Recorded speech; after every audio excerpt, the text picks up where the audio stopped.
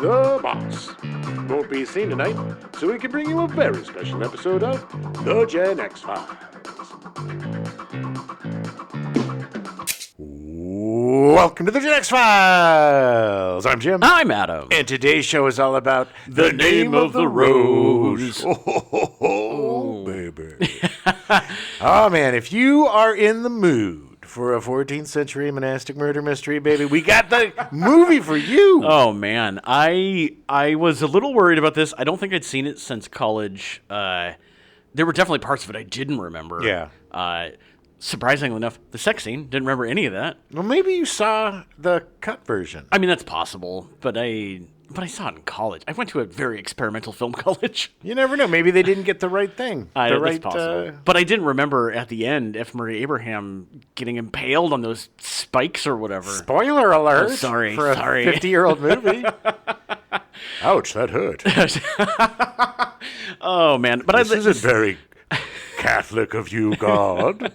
This is our next installment into our Classic Connery month. Oh, yeah, which we probably should have called the Connery Crime Month. I know. It's amazing to me that all four of these movies, I did not realize until we got deep into it that they're all crime movies, number one, and they're all period pieces. Yes. Like, I love the fact that I love movies that take like genres in unexpected places. Like the fact that it's a monastic murder mystery. Yeah. It's just like, how many other movies can you say are that? Exactly. And it's done in such a way that it's like,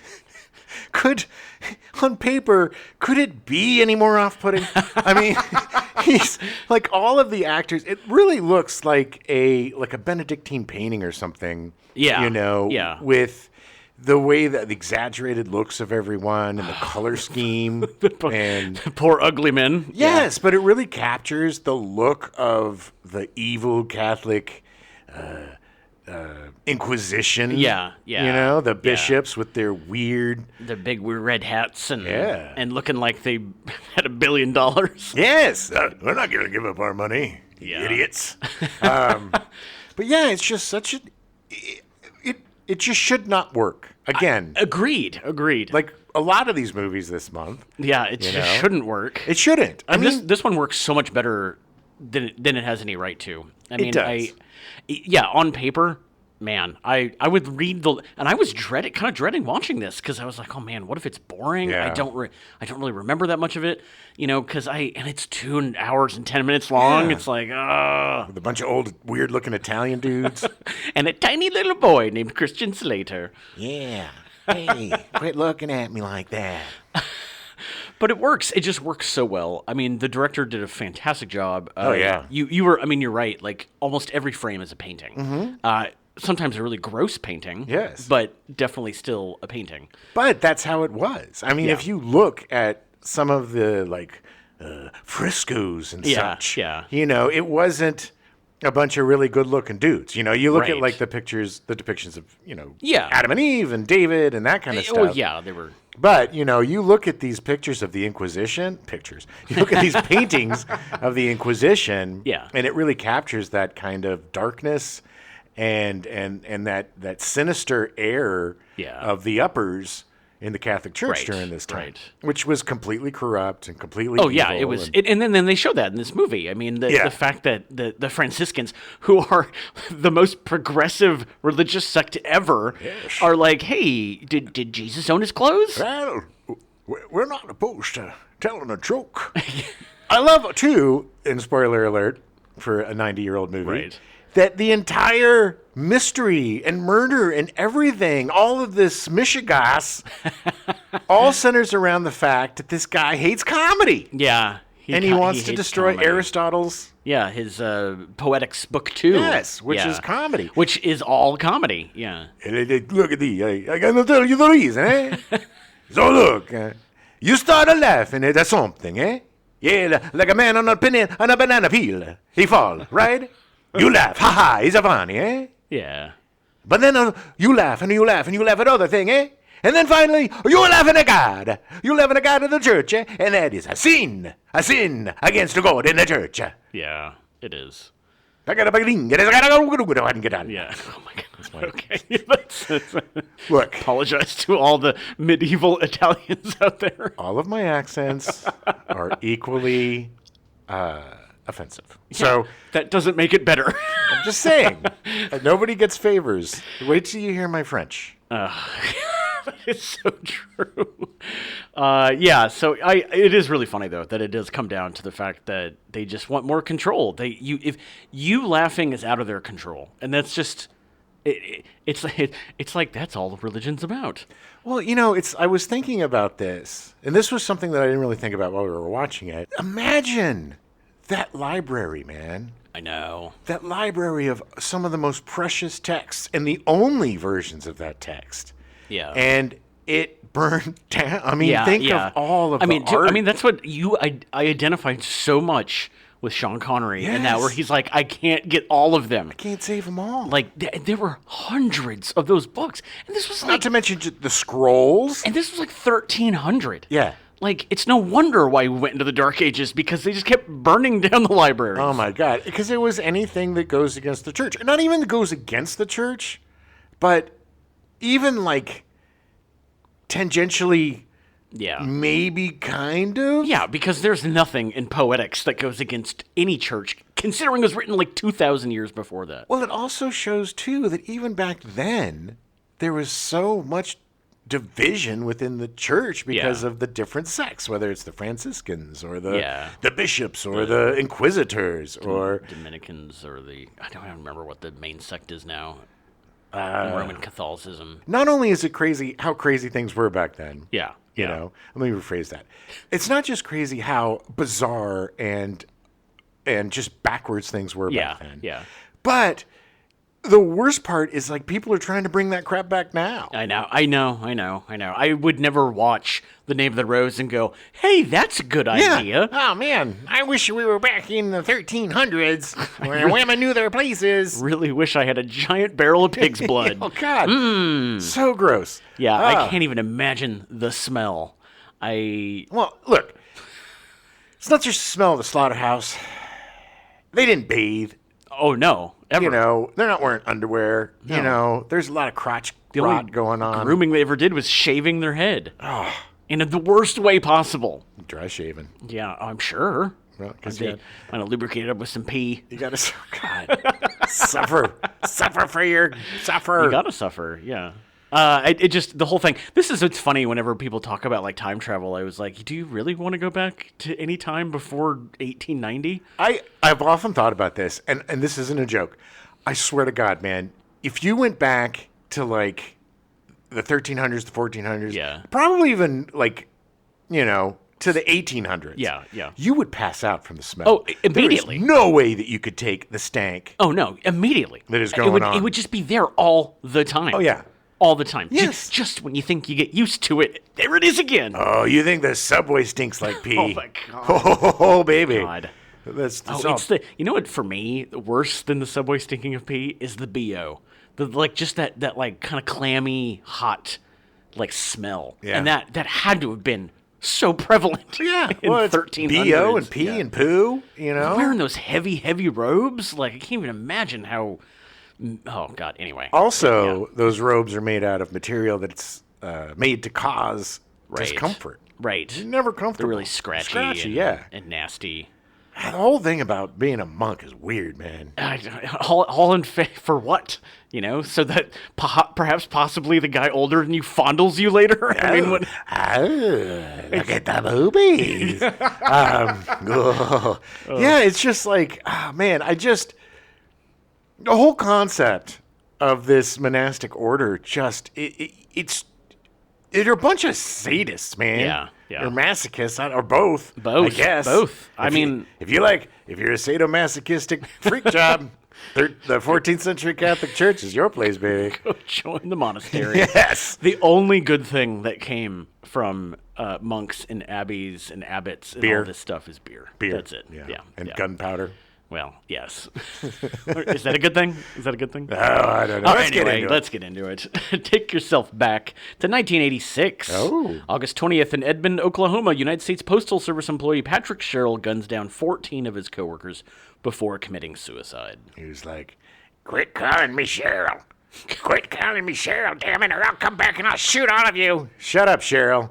Nobody cares. Oh, I'm coming back. I tell you, I'm coming back. And that was the first. I'm pretty sure it was the first. Don't quote me on that, but I'm pretty sure it was the first. And if it wasn't the first, it was definitely the most. One. Yeah, it was. Well, it was the one that got us to coin the term going postal. Yeah. And there were definitely a lot after that, too. A lot of copycats, people freaking out. And I don't know what was going on with the postal service office in the 80s. Like, I mean, I'm sure it's a stressful job, but like that stressful? Well, think about it though.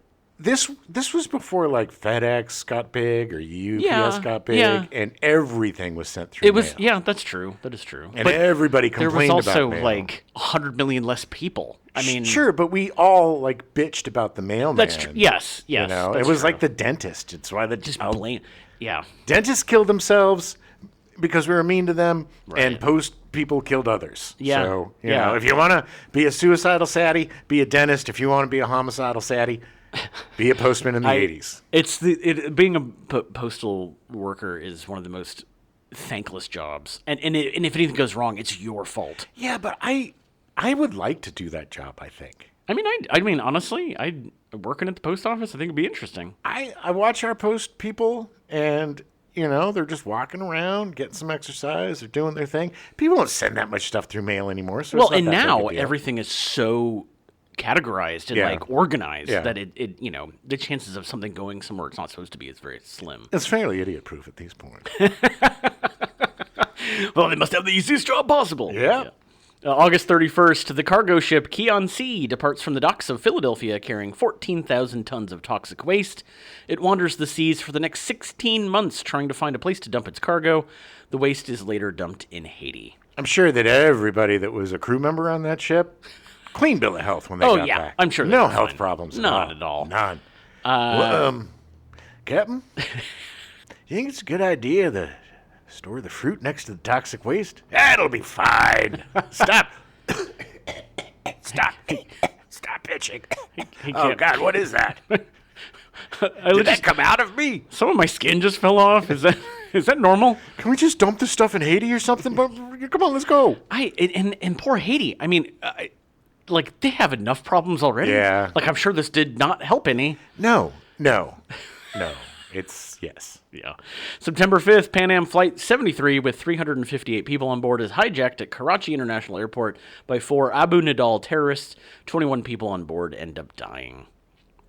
Oh. Yeah. It was they were good for a while, and then... It was extremely condescending of me, by the way. Yeah. Oh, that's so sad. It's the same thing same noise I would make at a puppy falling down. Oh. No, that's horrifying. It was terrible. There was a lot of... the people that died were from like 16 different countries. Like I heard they all died from food poisoning though, and it had nothing to do with the terrorists. There was some bad clams. No, it had everything to do with the terrorists. They served the clams. Yes, it was all their fault. Yeah, that's horrifying. They and in fact, I think of the 4 terrorists, I think only one survived, and I believe he's still in prison. In that guy's name. I think he actually got sent to America. O.J. Simpson. Yeah. He just died. He just died. Anyway, I went down a weird, long rabbit hole with this because I didn't really know anything about it. But it was a fascinating... it's a weird time for hijacking. Hijacking was really prevalent back then. Well, not so much back then as it was in the 70s. No, it was less so by this point, 86. But it happened enough that people were like, okay. They were a little bit cavalier about it. Like, okay, because it's going to Cuba. Yeah. Well, that's what most of the people that died in this is because the terrorists knew that the Pakistani like special forces was going to be storming the plane, and so they just started shooting people, and then the people opened up the doors and just started jumping out, and it was. Karachi, the 80s didn't have the most stellar human rights. No, it did not. Record, and probably a dumb, place to go. I don't know. Well, I mean, the thing is. In their defense, the people on board, it was just a fueling stop. Well, I'm not. It was blaming they were flying from Bombay and stopped there, and then I don't remember where else they were going. Well, no, I'm blaming the terrorists for trying to go to. I'm not.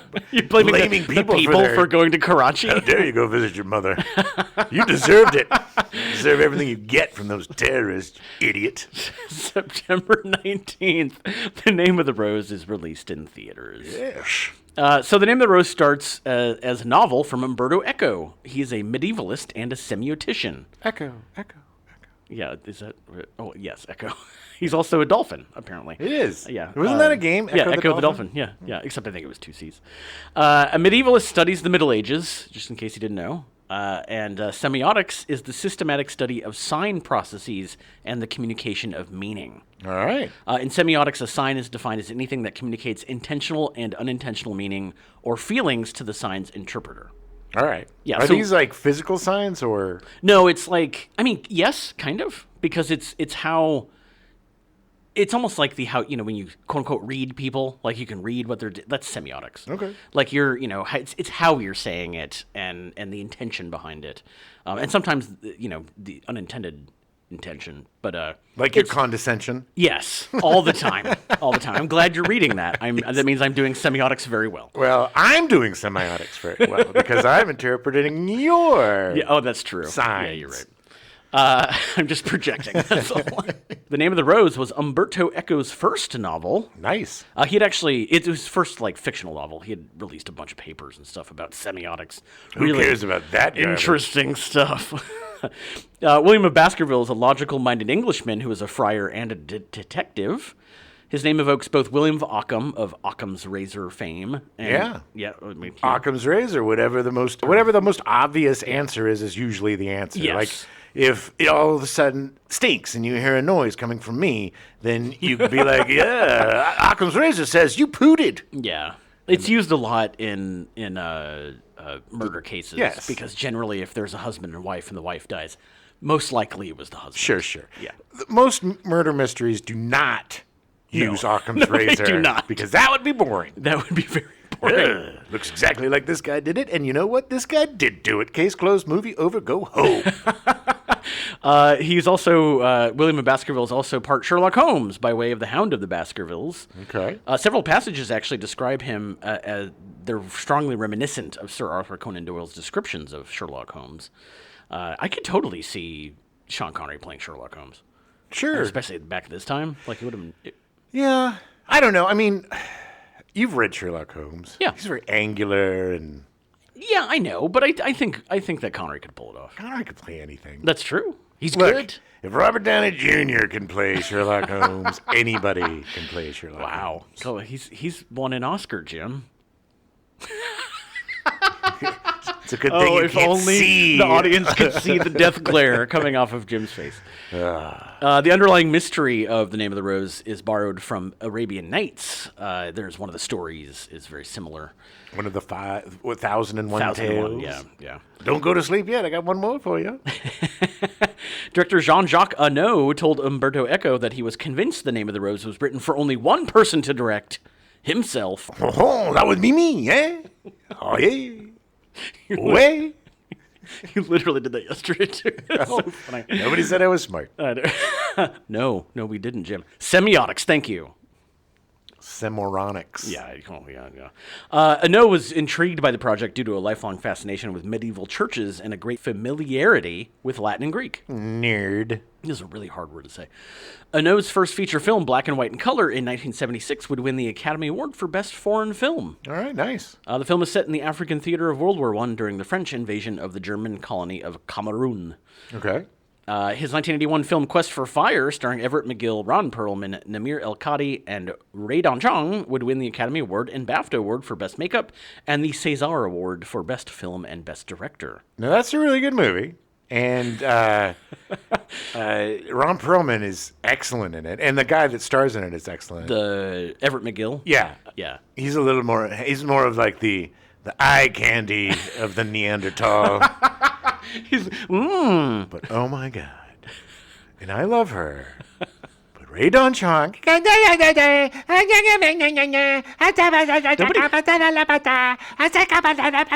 not any actual dialogue in the movie, right? Like, is it all... No, it's her gibberish, basically, and then making monkey noises. I'm pretty sure I saw this, again, I'm sure I saw this in college. Well, I can't wait to watch it again. God, we have to watch it on mute. For those who don't know, the César Awards are the French equivalent of the Academy Awards in the U.S. They're very held in high regard if you win, because you know how the French are. Yes, you get a carton of cigarettes and a little bit of wine. There you go. Annaud would go on to direct The Bear in 1988 with two bears as main characters, starring Bart the Bear and Yuka the Bear. Great movie. I love it when the bears trip on mushrooms. But again, and I think this has something to do with him. Again, the baby bear.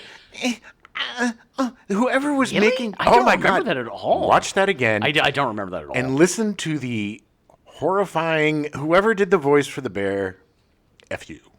Because it's just like... It sounds like a person going... okay. I think it was just the bear. I think it was just the bear. Okay. Well, then I hate that bear. I just love the fact of a movie starring with main characters as real bears. Like, this just fascinates me. It's a great movie. I loved it. I just, again, partially on mute. Annaud would also direct 7 Years in Tibet in 1997, starring Brad Pitt. Tibet? Yep, 7 Years in Tibet. Which would have been much more interesting if Brad Pitt talked that way in the movie. That's such a boring movie. That was... Yeah, I honestly don't think I've ever seen it. I think I saw the trailers for it, and I was like, just from the trailers, I was like, that looks interminable. I don't maybe it was good. Honestly, I don't remember anything about it except like Brad Pitt and a child. I remember the Chinese getting really upset that Brad Pitt was in that movie. Well, they weren't the only ones.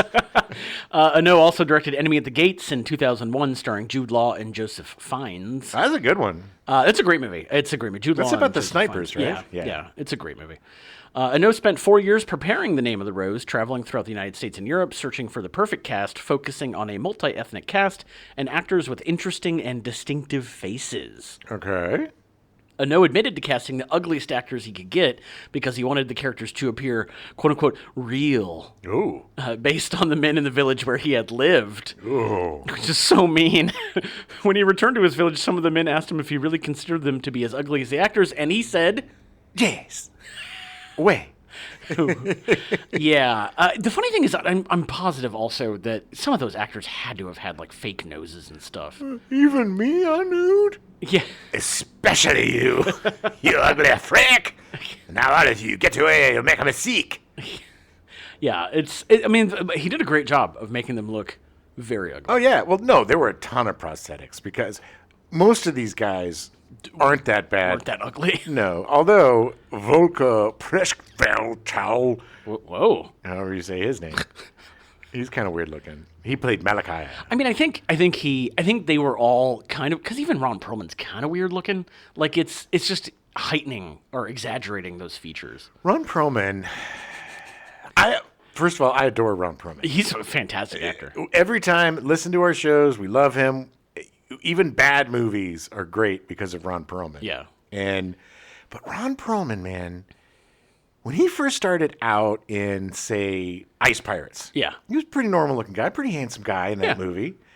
But then from like Quest for Fire up through this, like Beauty and the Beast, he was so weird looking. Yeah. And they accentuated his, because he's definitely got kind of a brow situation. Oh, yeah. In the sunken He looks eyes. a little Cro-Magnon-y, a little bit, yeah. But now, in his 60s and 70s, super handsome guy. Oh, my God, yes. Distinguished and handsome. Yeah, he grew into his ugliness. He had an awkward 50 years. Now he's a handsome... Look, Ron Perlman is one of my absolute favorite actors of all time. I just think, especially now... He's doing such great work. Oh, yeah. He's a fantastic actor. Oh, yeah. I mean, he's just great.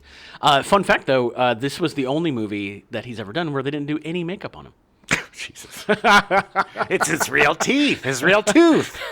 God, he scared me. Like, I thought he did a great job, and I love what he did with the character. But, man, it was hard for me to look at him. Well, he would also just like pop out, and that's true.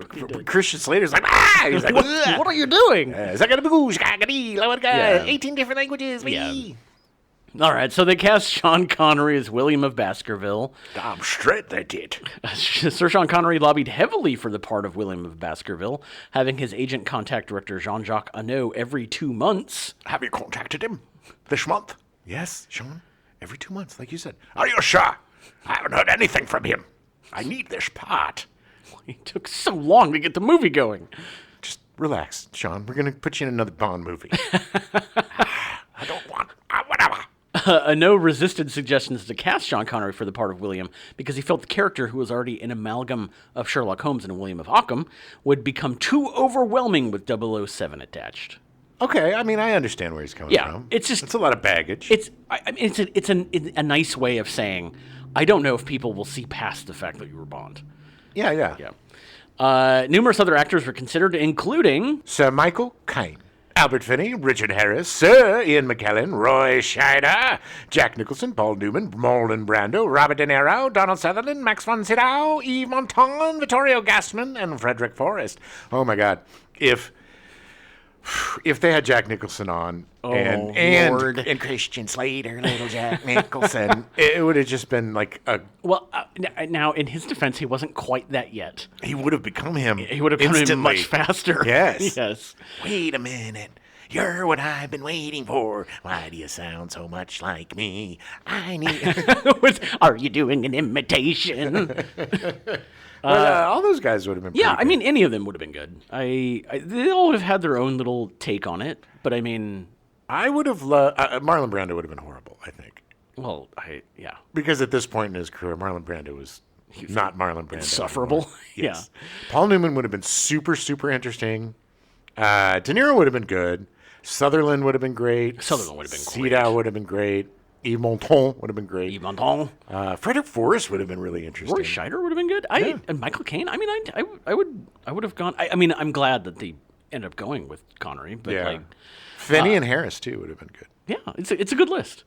Annaud actually passed on De Niro, who had a pretty good audition and was very close to getting the part because he wanted to have a sword duel between William and Bernardo Gui. Gotta have a duel. What? Gotta have a duel. What? Gabba gabba goo? No. You gotta have a duel.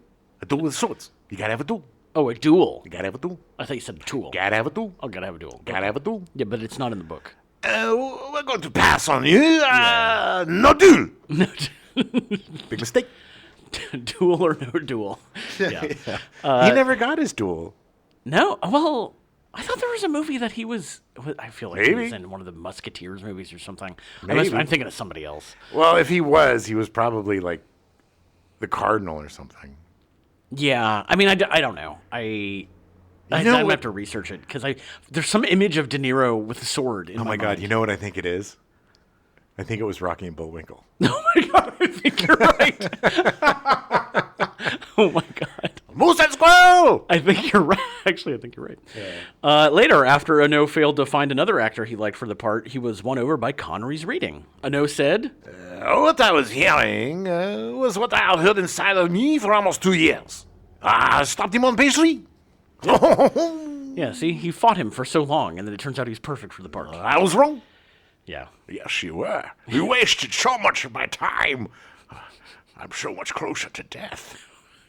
Ouch. Umberto Eco was dismayed by the casting choice, and Columbia Pictures pulled out because Connery's career was then in a slump.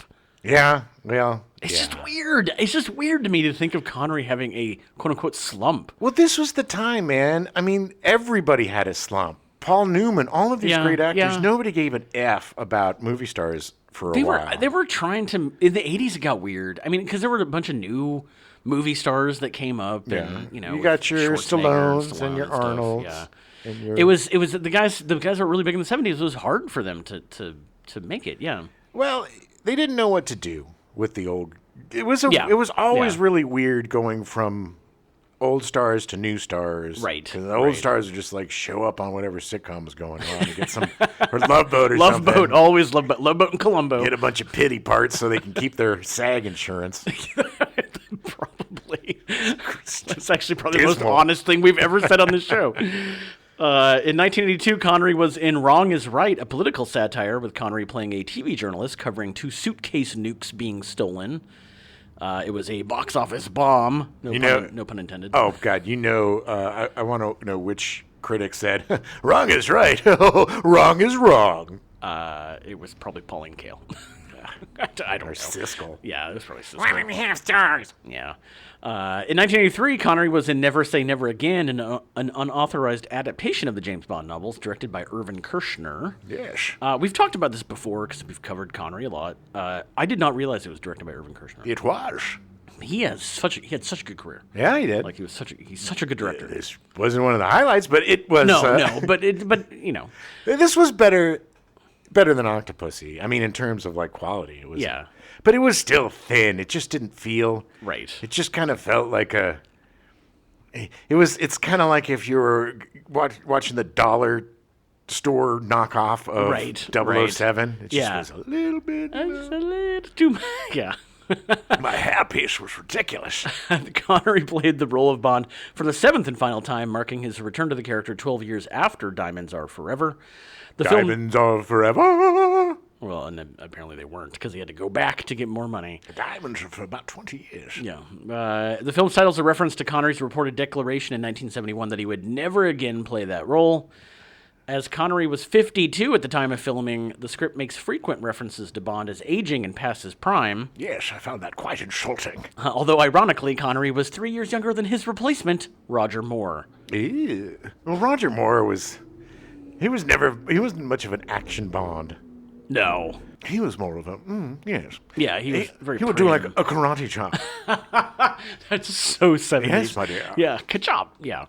The movie was based on the novel Thunderball, which had already been adapted in 1965 with Connery playing Bond. Yeah. Which is weird. Again, weird. I don't really understand the point of that. None of it made sense. The whole point of making this movie, there was this... The Broccolis, of course, have always had the rights. Right. And this was a challenge to it, and I think it was like a power play to try to get the rights back or the rights to something else, and it wasn't made for the right reasons, and, it just kind of... It was more of a news story than a movie. It was only the second Bond movie that the Broccolis did not work on, the first being... Casino Royale? With David Niven, 1967, I think, or 61 or 63, I don't remember. Woody Allen, yeah. It's Jimmy Bond. Never Say Never Again would make over $160 million in the box office, but didn't make as much as Octopussy, the quote-unquote authorized Bond movie released earlier that year. Gosh, they had a better title. Octopussy. Yeah, I'm sure that actually drew a lot of people in. It was salacious. Octopussy? How does that work? In 1984... Deckapussy. Dude, that's the movie we're making. Deckapussy. It's going to be wet. In 1984, Connery made a cameo as the Green Knight in Sword of the Valiant, The Legend of Sir Gawain and the Green Knight. Okay. The shortest title ever. The movie received some terrible reviews, with Time Out London calling it underwhelming, with dreary jousting production values that make Monty Python and the Holy Grail look lavish, and an excruciating synthesizer score make this a real trial. Yeah. Connery's co-stars had nothing but praise for Connery. Christian Slater described working with Connery was... like having a master class in acting, life, all sorts of things. He's an incredible professional, a real gentleman, a man's man. He also said that Connery was extremely involved in every detail of filming and at one point scolded the on-set horse wrangler for mistreating the animals. Stop! You're mistreating the animals. And you! Craft service is not a place for beans. We know that. We're all getting gassy. And you, over there, grip. Tape down that cord. I'm going to trip over it. And hey, seamstress, there's a little hole in the back of Christian Slater's robe. Get to it! Wow, he's very involved in every detail. Every detail. Ron Perlman had similarly fond memories of Connery's mentoring skills and meticulous preparation and added that Connery would... basically sit there for 8 hours between shots and download stories about Hitchcock and John Huston and all the people he worked with onto me and see the delight coming out of me. Wow. I mean, how much fun would that be? So much fun. Perlman even came to the set on his days off just to see Connery work. Because that's why Perlman is such a pro and so good. Yes. And same with Christian Slater. I mean, you're really... you are getting a masterclass in acting. Yeah. You know? And you also have F. Murray Abraham, and you have William Hickey, and you have all these other great actors. Michael Lonsdale. Great like character it's actors. Yeah. I mean, it would be the ultimate school. Yeah. Yeah. And there's nothing else to do too, because you're just poor Christian Slater, sitting man, around in a scratchy robe, sitting in a scratchy robe, middle of France somewhere. Everybody's like 50 or older. What do you talk about? You guys want to go to town and maybe get a drink? My sciatica's acting up. Would you like some tea, maybe? During the scene when the library is on fire and William is telling Adso to leave, Connery actually caught on fire for real and was only saved due to the quick thinking of director Jean-Jacques Annaud, who jumped on top of him and rolled him around on the ground. What are you doing on me? This is crazy. Was I on fire? Oh, wait. F. Murray Abraham was cast as Bernardo Gooey. Ooh, Gooey. Abraham was born Murray Abraham in Pittsburgh. Murray Abraham. I'm Murray Abraham from Pittsburgh. How you doing? Nice to meet you, Murray Abraham. I work in shingles. You can eat some shingles for your roof. I'm the guy, Murray Abraham. He was raised in El Paso. He had two younger brothers who were both killed in separate car accidents. Good Lord. That's insane. Strangely enough, both brakes were cut. And he had a penchant for pliers. Okay. Wow. You're accusing F. Murray Abraham of killing his family. There's a reason why his first initial is F. Yeah. Well, it's because he added it to honor his father, Farid, a Syrian who immigrated to America with his family at the age of 5. Well, that's nice. Yeah.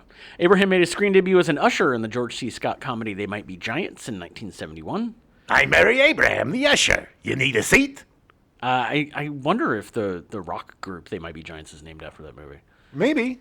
I don't know. I'll have to look that up. He can be seen as one of the undercover police officers along with Al Pacino and Sidney Lumet's Serpico in 1973. Murray Abraham, undercover cop.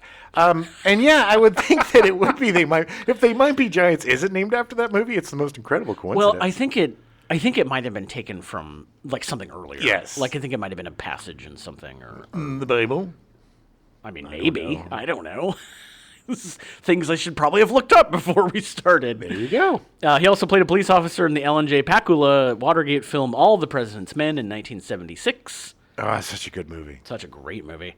By the mid-1970s, he also had steady employment doing commercials and voiceovers. Most notably, he played The Leaf, one of 4 costume characters in television and print commercials for Fruit of the Loom underwear. Oh, my God. First of all, commercials were very important in the 70s and 80s. We all loved them. Yeah. Some of them. Where's the beef? We love that one. And another one that we absolutely loved that went on forever was this Fruit of the Loom garbage where they would come to life from the label on the back. Right. And there's all the fruits sitting around. Oh, I get to be in the... I don't remember what they were jabbering about. No, I don't know. About how great their underwear felt? I don't know.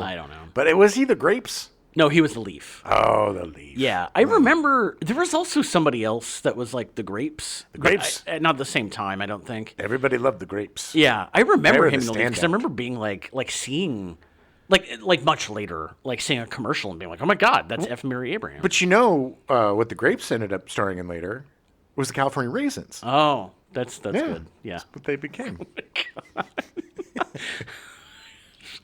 In 1978, dad jokes. He gave up the commercial work.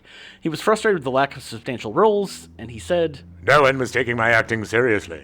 I figured if I didn't do it then, I'd have no right to the dreams I've always had." Wow, that's pretty hard on yourself. Well, he seems like a real barrel of fun, too, that guy. He does. His wife, Kate Hannon, went to work as an assistant, and Abraham became a house husband, as he described it. "I cooked and cleaned and took care of the kids. It was very rough on my macho idea of life, but it was the best thing that ever happened to me." Well, that's sweet. Yeah, I mean, that's nice is that he's like, look, I've given my dream a while.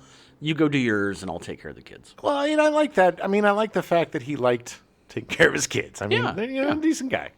I think once you get past the rough exterior, he's probably a good dude. I don't know. But hey, look, he might be a good dude off of the set and with his family and stuff, but he also seems... Look, we know actors that are pretty decent human beings when they're not working. Right. But when they're working, you want to punch them in the face. Yeah, that is actually very true. That is very true. I'm looking at me. Yeah.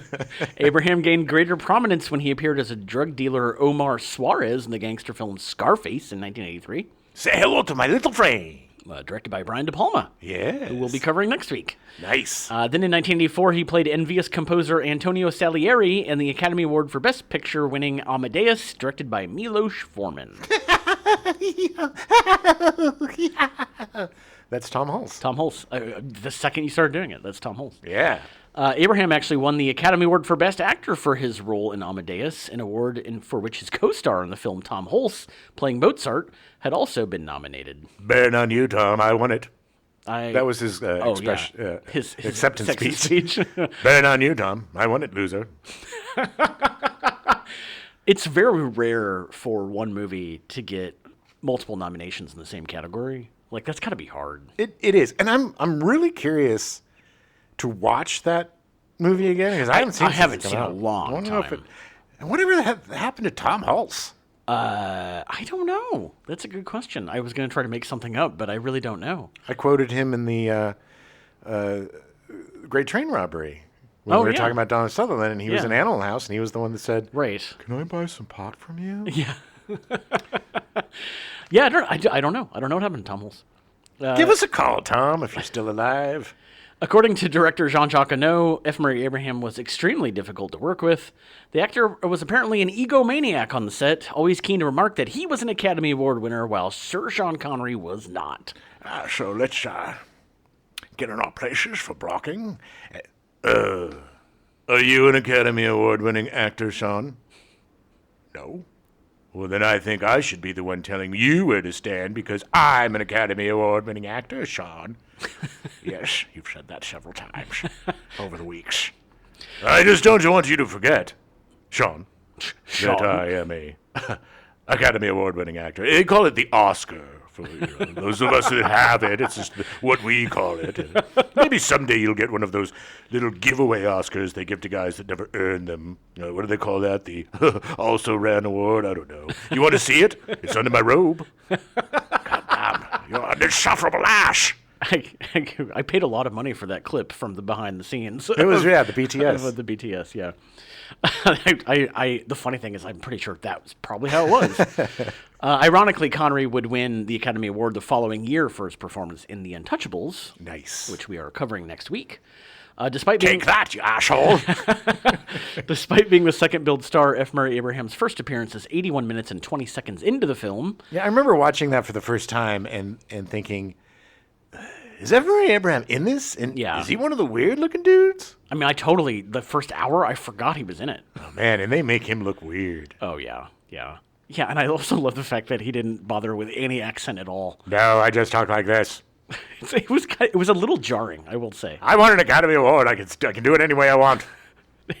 Abraham's relatively low-profile film career subsequent to his Academy Award win has been considered an example of the quote-unquote Oscar jinx. Uh-oh. Yeah. According to film critic Leonard Maltin, professional failure following an early success is referred to in Hollywood circles as the F. Murray Abraham syndrome. That is so mean, but so funny. I wonder if he has a sense of humor about it. And,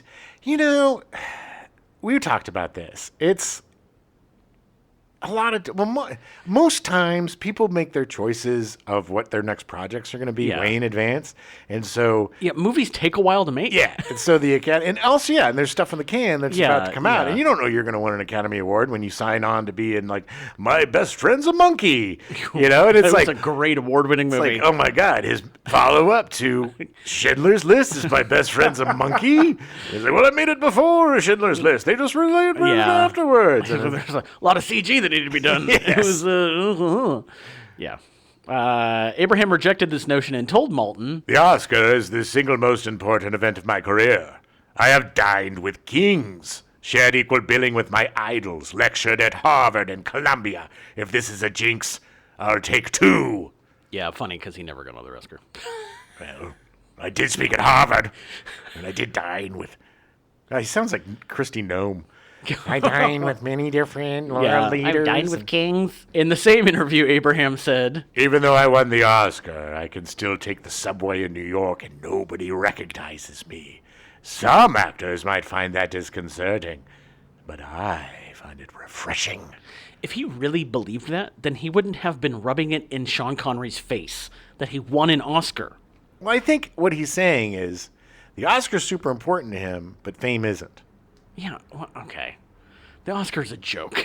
Whatever. We all know my feelings on the Oscars. The bougie little bull donkey. It's gross. He's had a very long career. He's continued to appear on TV and in movies, as well as acting on stage. He's actually gone into a lot of comedy. Like, he really wanted to do comedy. Abraham can most recently be seen in 2 episodes of White House Plumbers.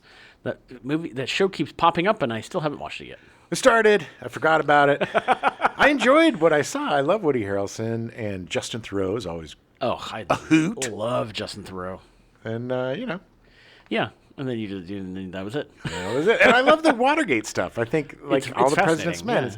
But you know what I think it is, too? It used to be so much more fascinating. Yeah.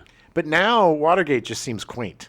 Yeah, actually. It just seems like, really? It's like, look how much they got upset over this tiny thing. Oh, look, they went in and stole a file. And look how the government actually reacted in a good way. Yeah. And got rid of the criminals instead of... No. Christian Slater was cast as Adso of Milk. That's me. Milk? Milk is, M-E-L-K, is the substance you get from a bull instead of a cow. You have to milk the milk. Nope. You don't get as much. Maybe you do. I don't know. I've never milked some milk. Doesn't taste quite as good. Salty. Slater had his first acting role at the age of 8 in the soap opera One Life to Live. Slater then turned to Broadway, first appearing in The Music Man with Dick Van Dyke, and then making appearances in Copperfield, Merlin, Macbeth, Sideman, and The Glass Menagerie. Oh my God, working with Dick Van Dyke. That would be amazing.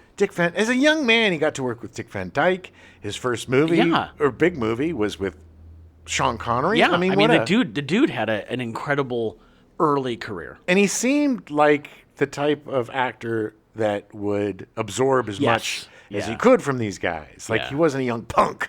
Like a lot of these kids today. I know what I'm doing, and I'm doing... Yeah. Hey, old man, don't you tell me how to act. I know what I'm doing, old man. In addition, he has performed in London's West End in One Flew Over the Cuckoo's Nest and Swimming with Sharks. I wonder if he played the Jack Nicholson part. I'm just going to watch the movie, and I'm going to do the exact same thing. I bet you he played Billy. Yeah, I mean, I think he was still pretty young. I'm sure he played Billy. Yeah. Which would have been great. I mean, I think he would have been great. He's a good actor. I mean, I would have loved to have seen him on stage. Slater made his big screen debut in 1985's The Legend of Billie Jean, playing Billie Jean's brother Binks. Yeah, Binks. That movie was so sweaty. That was such a sweaty, blonde movie. That's all I remember is very blonde. Yeah. Both of them were very blonde. Helen Slater, she was so blonde. And sweaty. Yeah. And there was... just seemed a little teeny bit incesty with them. It was very uncomfortable. I mean, yeah, it was weird. It was one of those movies because it didn't do well in the box office. Yeah. It was on TV all the time. Oh yeah, constantly. And I think it's part of the reason why it has quote unquote gained a cult following, because I think people just saw it 100 times. Yeah, and they were like real life brother and sister, Christian Slater and Ellen Slater. And people are they actually related? I don't think so. I don't think they are either. No, these people are idiots. Is what I was trying to point out. Yes, well, those people are idiots. Yeah. Anyway, I remember really liking this movie, but also it was that, like, I saw it at just the right time, at that right age where it was like, you're fighting the power. Yeah, you're all rebellious. Yeah. Seeing them be all rebels. Yeah. And kind of... And she cut her hair. A little too into each other for brother and sister. I don't remember any of that. Leitmotif of incest. Okay, all right.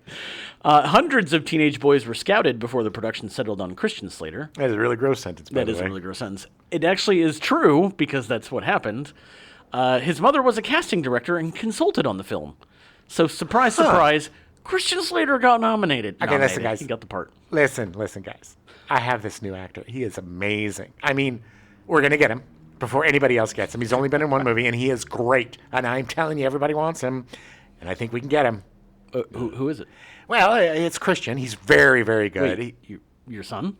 Yeah, my son Christian Slater. But anyway, look, I saw 100,000 other boys. A lot of boys. You're scouting a lot of boys. I was scouting boys for weeks. No boy is better than my boy. Shocker of all shocks. Somehow he got the part. It is the epitome of Hollywood. And not saying that Christian Slater was not good in this. No. Because he was phenomenal. Look. But you got to have that leg up. Nepotism is what this business is built on. 100%. And saying that you're a Nepo baby or that you got it through nepotism, don't feel bad about it. No. You got your leg up. You're getting somebody nobody else gets. Look, just because you got the door open for you all the time. Right. Once you do, when you're in there, look, there's a lot of Nepos that got in there and their careers fizzled because they weren't good. Yeah. But once you get in there, what you do, and Christian Slater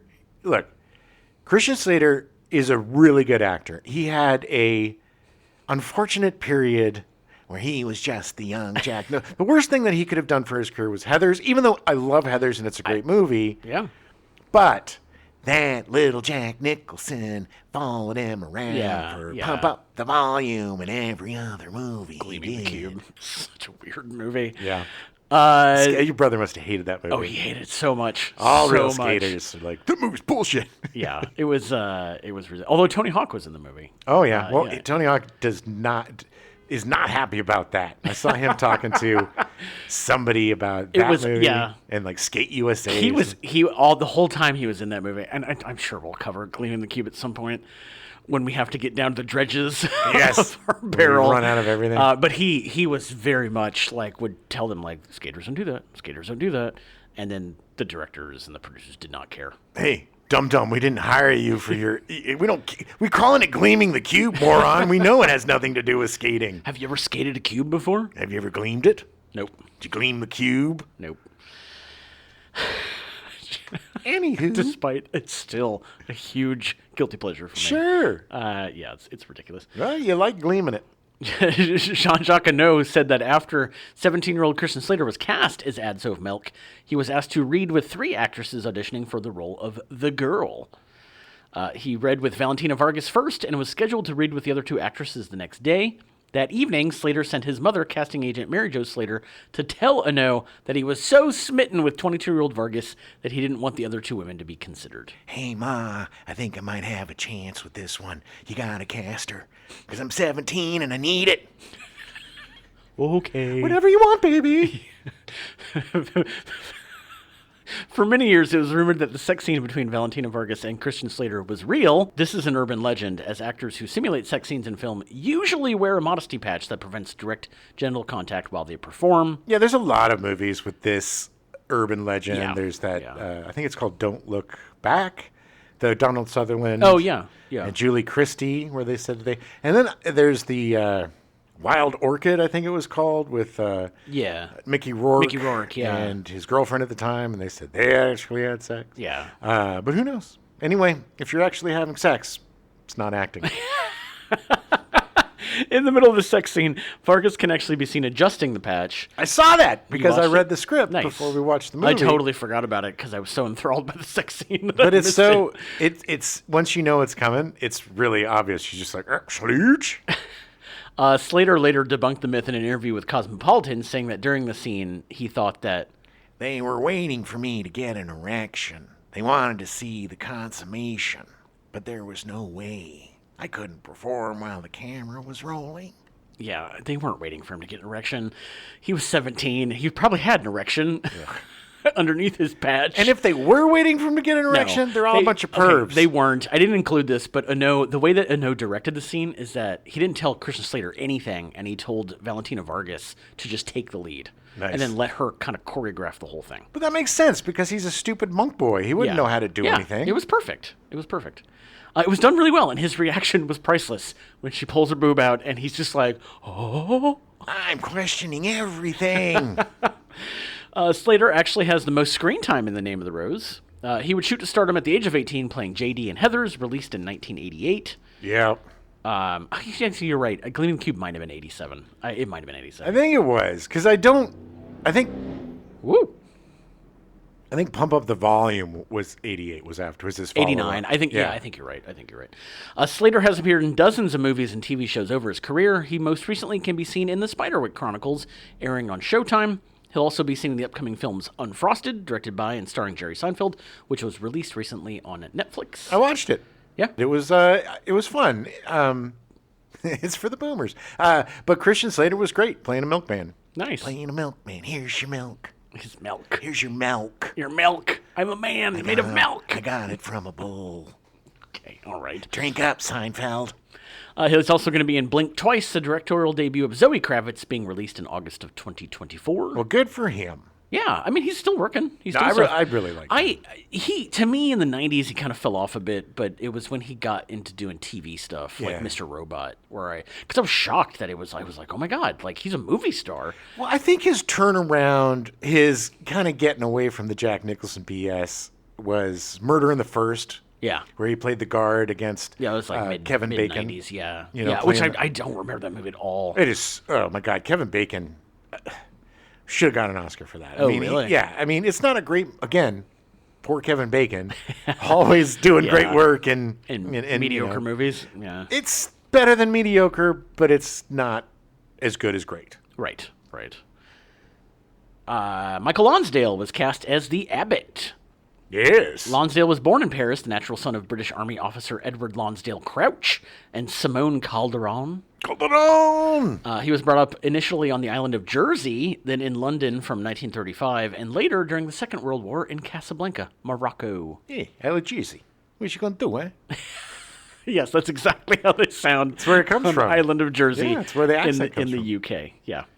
He returned to Paris to study painting in 1947, but was drawn into the world of acting instead, first appearing on stage at the age of 24. You know what makes me so jealous about these artists from, the 40s, the 50s, or the 60s, is that they all seem so well-rounded in terms of acting or painting or writing or poetry. They all were just enveloped in the arts, and there was just kind of this appreciation of the arts that we don't really have today. Yeah, and I know. It's like it's all commerce now, and you don't really have the freedom to explore like you used to. No, it's sad. It is. Yeah. There you go. Everybody cheer up. Great. Yay! Lonsdale was bilingual and appeared in both English language and French language productions. Oh.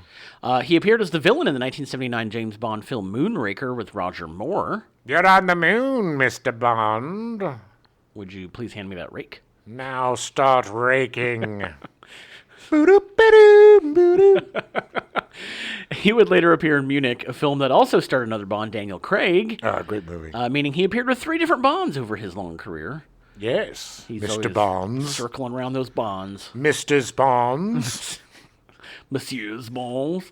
Lonsdale appeared in over 180 movies and television shows over that very long career. He also found time to write 10 books. Oh, wow. Because that's what he does. Well, there's a lot of downtime during movies. That's true. Lonsdale fell in love with a woman in 1947 whom he couldn't have, so he never got married.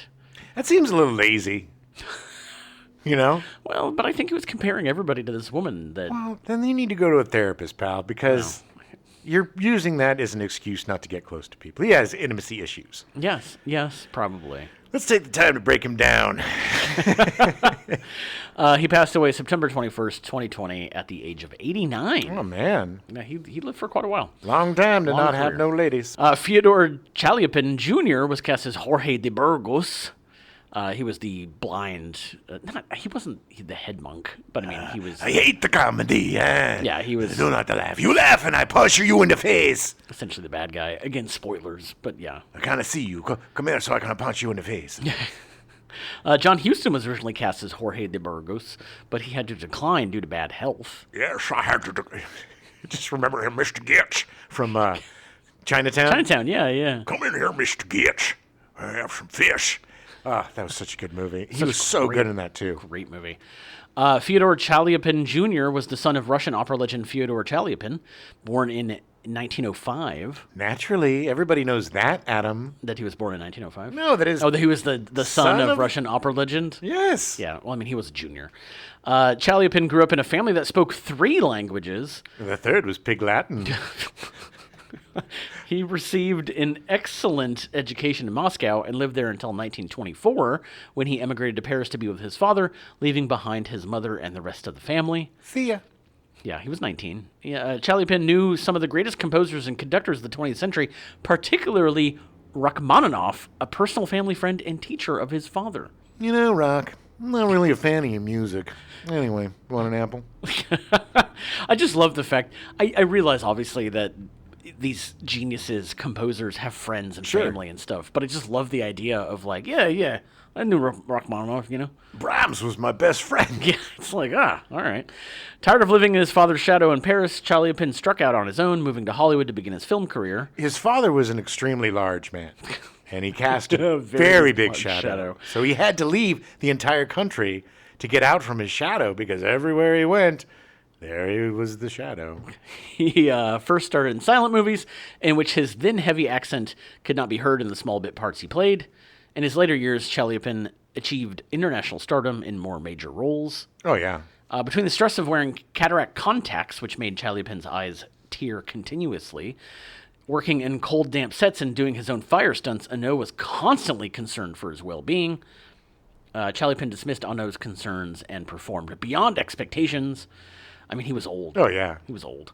A mix-up in the shooting schedule almost led Fyodor Chaliapin Jr. being killed for real. Oh, my God. This is insane. When Annaud arrived on set to begin shooting Jorge de Burgos' death scene, the crew hadn't been told about it. Effects were set up hastily, and some safety precautions were bypassed. You would think that at this point they would probably, shoot it the next day. You would think. Yeah. At one point during filming, part of the set's roof gave way, and a large flaming oak beam fell on top of Chaliapin, knocking him to the ground and cutting his head. Yeah, when we were watching the movie, I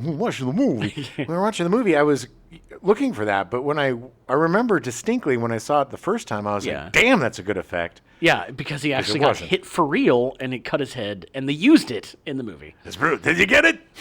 Well, that's what afterward, Annaud immediately raced over to make sure Chaliapin was okay. The actor replied, I'm 81 years old. I'm going to die soon. Is the shot okay? Yeah, he didn't care. Well, he knew it would have been amazing if he would have died. During filming, it would have been, a valiant way to go. Masterstroke? Yes. Yeah. Just like, hey, look at that. I'm dead on screen. Yeah. You killed Chaliapin. One of his most memorable roles was as the grandfather in Moonstruck in 1987, starring Cher. Yeah. The producers, in deciding whether to hire him for the role, sought the advice of Sean Connery, who is reputed to have said, he's great, but he will steal the show. And he did. Yes. He always did. And that's why Cher hated him. In 1982, Chaliapin died of natural causes after an illness in Rome, where he had lived since World War II. Crazy. Yeah, and he was 87. He lived for a long time. We got a lot of guys in there. Connery was in his 80s when he died too, right? I think so, yeah. I just want to say something quick about Michael Lonsdale. Mm-hmm. When we were watching the movie, he looks so much like Peter Dinklage. Oh, yeah. So much to the fact that we had to look it up to see if he was related to him. And then as soon as you think that, he sounds just like him. It's crazy. Like it's like your brain's like, no, that's Peter Dinklage. So Peter Dinklage, you should star in the Michael Lonsdale biopic. William Hickey was cast as Albertino of Casal. Albertino of Casal. Hickey is best known for his Academy Award-nominated role as Don Corrado Prizzi in the John Huston film Prizzi's Honor in 1985. Prizzi's Honor. He was nominated for an Academy Award for Best Supporting Actor for the film, losing to Don Amici for Cocoon. Ugh, yeah. Don Amici. Do you think that F. Murray Abraham rubbed it in his face? You know what? What? Look, Hickey. You can be weird as you want, but I won the Academy Award, and guess who didn't? You didn't. You're such a bastard. Why do you always bring that up? He appeared as Old Man Beckerstead in One Crazy Summer in 1986. Daddy. That is such a phenomenal movie. We did a great episode on it. You should totally listen to that One Crazy Summer. It's such a great movie. He is hilarious. He barely says a word. He's in this wheelchair as this decrepit old man. He's and so great. Just hilarious. Steals the show. Exactly. Steals the show. Yes. Yeah. He appeared as Uncle Lewis in National Lampoon's Christmas Vacation in 1989. Clack. Again, also steals the show. Yes. He's so great. He was the voice of Dr. Finkelstein in Tim Burton's Nightmare Before Christmas in 1993. Hickey started as a child actor and had a very long career. I want to see him as a child because he looked... The thing is, in this movie, it was hard to recognize him until he spoke because of his shaved head. Yeah. Because the thing about Hickey is he has this... Where he had this huge swatch of boyish hair that looked like a 10-year-old boy's hair on an 80-year-old man's body. It was so disconcerting. And I just think that's the hair I had since I was an 8-year-old boy. Yeah. Yes. But oddly enough, he died from emphysema and bronchitis in 1987 at the age of 69. Insane. He didn't even make it to 80. he looked like he was 80 since he was 40. That means that in the Christmas Vacation movie, he was 61, meaning that in this movie, he was 58. 58? 58! I'm not aging very well. What? That is so bizarre. Look, people looked older back then. It was all they ate a lot of red meat. It ages you. I guess. Cigarettes, scotch, and red meat, baby. Valentina Vargas was cast as the girl who goes unnamed and has no dialogue, is the only female character in the movie. Yeah, way to take the extra mile. Look, honestly, it's very accurate for the time period. Oh, of course. You could have given her a name, though. I know. Valentina Vargas replaced Matilda May as the girl. May had to turn down the role because she was on a tight schedule with Life Force, which was released in 1987, in which May played Space Girl. The space vampire walks around naked for... Naked space vampire. Okay. Yeah, Matilda May. I just love Life Force. It's one of my favorite guilty pleasures. It's not a good movie. No. It is literally 80 minutes of just a naked woman walking around destroying everything. I got to see a screening of Life Force with Toby Hooper there to talk after, and it was incredible. That would have been fun. Incredible. Well, anytime you get to listen to Toby Hooper. Yeah. Vargas is trilingual, speaking French, English, and Spanish, and allowing her to star in a variety of different films from different countries, which means that most of the movies that she was in, I'd never heard of. Okay. Yeah. Well, she was fearless. It was a very difficult part, and it could have been a very thankless part, but her emotive expressions and her physicality and everything she did was just absolute genius. I mean, even the scene with her, the Ron Perlman trying to get the chicken, like I mean, it was brilliant. She was great, absolutely great. Ron Perlman was cast as Salvatore, the Hunchback. One giant tooth. He spoke some Spanish too in there too, I think. He did, yeah. Yeah, he did. According to Perlman, when he learned about this film, he contacted Jean-Jacques Annaud because he desperately wanted to play Salvatore. I must play Salvatore. Unfortunately, Annaud had already cast a dwarf actor with a giant head and a raspy voice. I can't compete with that. Have a good shoot. When the actor died prior to production, the Italian government, which co-financed the movie, insisted that an Italian actor replace him. I know you want an Italian actor since your dwarf died, but I'm still available. That actor was then fired for being uncooperative and showing up for work drunk. Now look, you have a dead dwarf, you have a drunk. I think it's time to bring me on set. Annaud finally contacted Perlman to offer him the role, which meant he had to catch a plane that same day to arrive on set in time. Now I don't want to do it. I've changed my mind. I've changed it back. I'll come.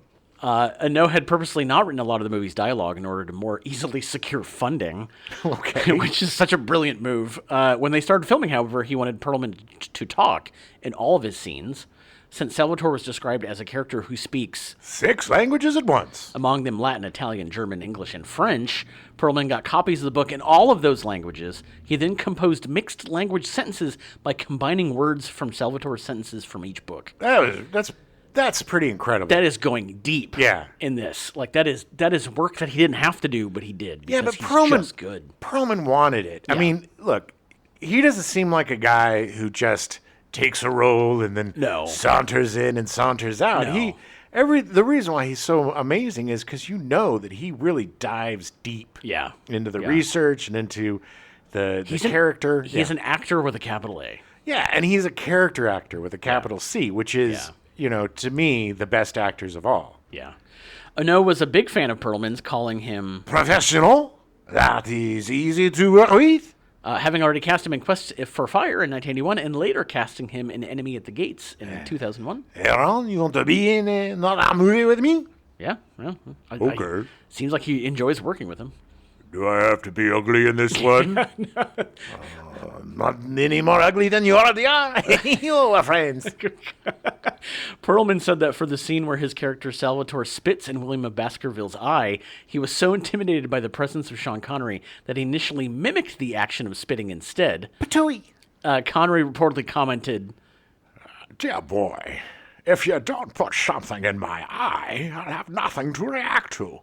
Where will that leave me?" Perlman replied, Well, out in the cold, Sean. Exactly. Connery said. Perlman then did a really good one the second time to avoid having to do it a third time. Yeah, he did, but they never showed... It was cut so weird because they didn't show him actually spitting. They just showed the reaction of Connery getting it. Yeah. So they got it like... Yeah. It must have been in his close-up. Yeah. Instead. It was weird because I was looking for that too. Right. Because I wanted to see, because of your tidbits. Right. But it just seemed like that was strangely edited. That wasn't put together very well. Connery agreed that it was a... Pretty good spit.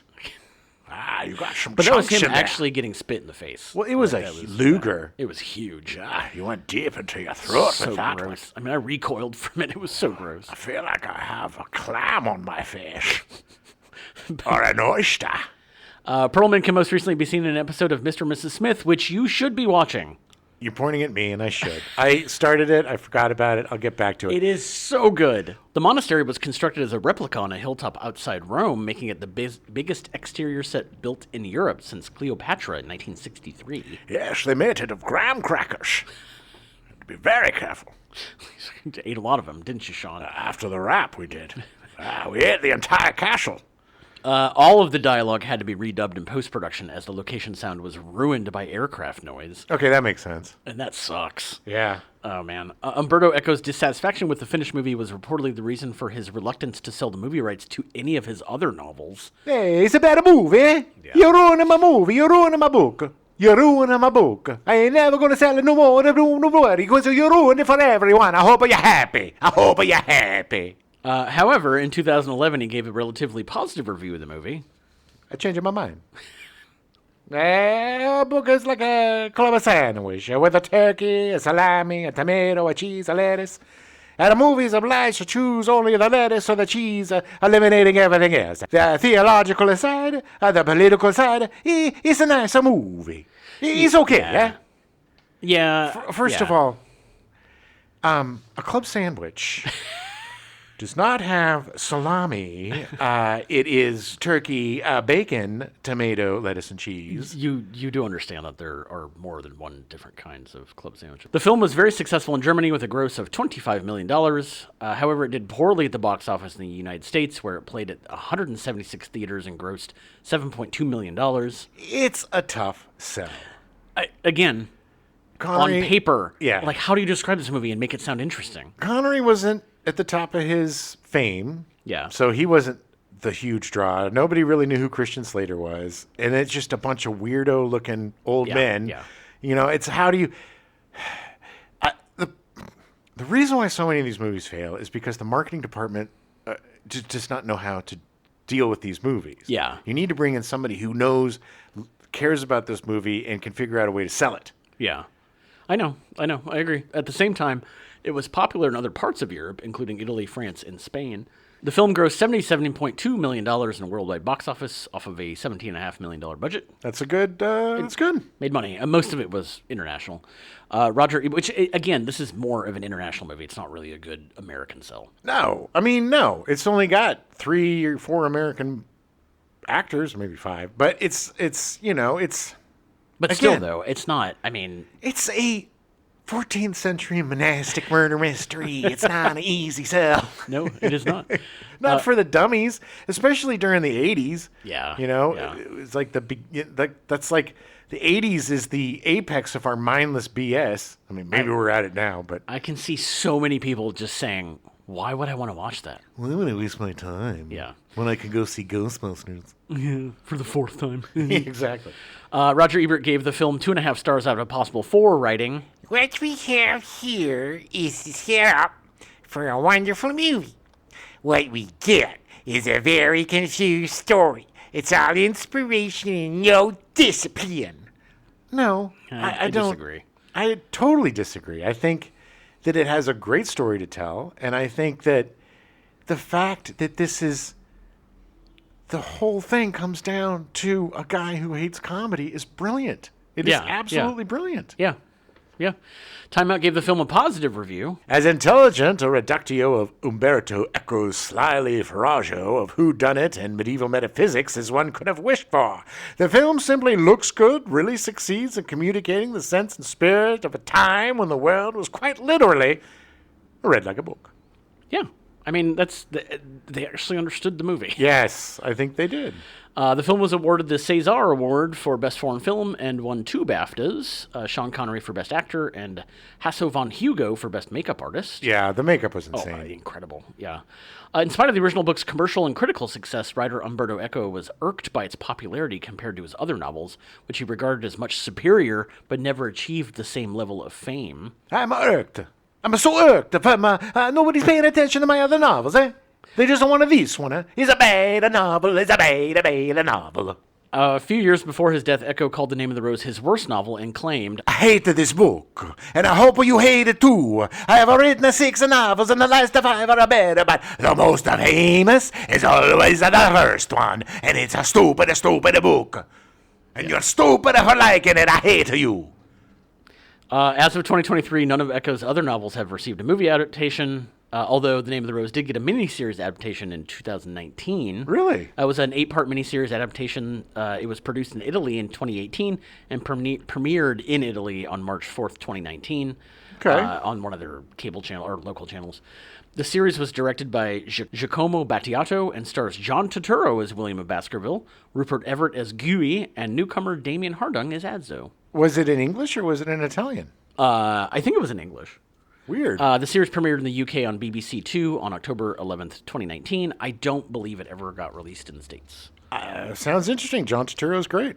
It might have been picked up by somebody, but I think because it was aired on the BBC, I think they had the rights to do it in the US. I don't know, man. I think a miniseries might be a little bit too much. 8 episodes of that might be a little long. That's a lot of 14th century monks. Like what? I'm curious to at least see some of the production design and stuff to see what it looks like. But yeah. Well, this was a very raw production design. It almost had a feel of like Monty Python and the Holy Grail in terms of that kind of aesthetic. Yeah. I mean, the production design for this movie was phenomenal. It was just dirty and gross. I mean, it really made you feel like you were there. It didn't shy away from what it was like to be in the 14th century. Right. The stinks and the stanks. Oh, God, it must have smelled so bad. And the monks seeing a young boy. Hey, look at the breasts, and they protrude. And he's rubbing his hair. Yeah. Can I borrow your boy, Mr. Baskerville? This is a really great movie. I highly recommend watching it. It is on Amazon Prime. Yep. Unfortunately, the version on Amazon Prime is the edited version without the Christian Slater sex scene because he was 17. Yeah, which, look, it's not... Now that you know that it's in there, it's not necessary. It's also on Tubi, but the Tubi version is really crap. Man, it was hard. Couldn't it was watch hard it. To watch. Really hard to watch. And so, it's not an easy one to find, but it's definitely worth your while. And I know for a lot of you, this is one that you're like, I don't know. I don't think so. It was way better than I thought it had any right to be. It was entertaining. It held my interest. Yeah. Like, I was surprised. It's a very unique murder mystery, and it's taught and it's told in a very entertaining way for what the subject matter is. And it's also, look, when F. Murray Abraham Bernardo Guy comes in as the Inquisitor, it's frightening, man. Yeah, the things that the Catholics did during the Inquisition. Yeah. The way that they would torture people and pull them apart. There was a reason why the guy was like, kill me. I don't want to get tortured. Kill me. I'll confess to anything. Yeah. The dude with the big belly. Oh, yeah. I'm looking forward to being burned alive because of what you would do to me. Literally pretended to be infested with Satan. Yes. So that he wouldn't get tortured. Helmut Qualtinger died 10 days after the movie premiered. Wow. Yeah. He was only in his 50s. He had liver disease. He was apparently a very bad alcoholic. A lot of actors, older actors that came of in the 40s and the 50s, they're big drinkers. Had some issues. Yeah. Well, it was also just kind of how it was. You don't go to therapy. You just drink yourself to sleep. Exactly. You drink away the bads. But anyway, that's all I got. So I highly recommend finding this movie. Yeah. My guess is you could probably go to your library and find a copy on DVD. There you go. It's worth watching on Amazon Prime, even with that one scene cut out. It's definitely worth seeing. It's a very interesting film. It's probably unlike anything you've ever seen before, Yeah. and it's definitely unlike anything that Connery's done before. Yeah. And he's great in it. Everybody's really great in it. It's got a very interesting aesthetic, got a very fun story. It's really cool to see a young Christian Slater getting his chops on, and I think that Sean Connery borrowed heavily from this character for Henry Jones in Indiana Jones and the Last Crusade. Junior, Because it was just the way that he was deducing things and stuff. But that's one of my favorite things about this movie. I love it when characters are more progressive and more modern and in a time that they're not supposed to be. Because I really want to believe those people existed. Well, and the relationship between Sean Connery and Christian Slater's characters is great. Yeah. And he's always like, "What do you think about this?" And then Christian Slater's character Adzo would be like, "Well, I think you're asking me questions you already know the answer to." He'd be, "You're pretty smart." Yeah. For a sexy young boy. And when they get caught in the labyrinth and he does the whole thread thing, Connery's admiration of Adzo is just so great. Because he picked the right person to be his assistant. He's smart, he's intuitive, he wants to solve the crime, the mysteries, and he wants to protect the books. You can tell they're from the same order.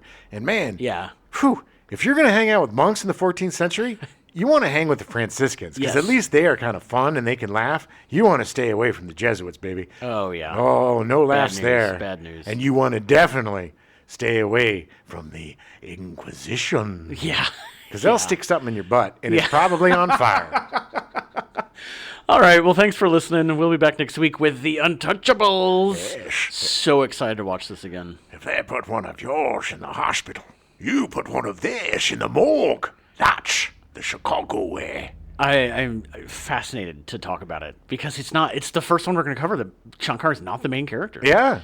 And it transitioned in his career. It's so amazing and so brilliant. Well, he became kind of the elder statesman of Hollywood after that. And it redefined him as this, he had all these mentor roles, after that. Who's the man now? And honestly, all of these came from The Name of the Rose. Yeah. Even though the movie didn't do really well in the U.S., that was the thing that restarted his career because people saw him as an actor again. In a different way. And very much so. So, find it and watch it.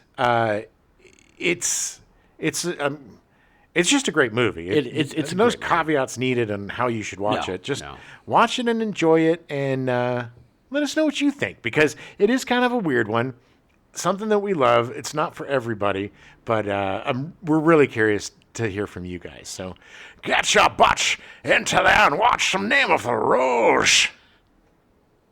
Where's the boy? No, for only one person to direct himself. That'll be to me, eh? No, that's Italian. Oh, He's is French. he? Oh, okay. That would be me, eh? Oh, yeah. We now return you to your regularly scheduled programming. Good times. Already in progress.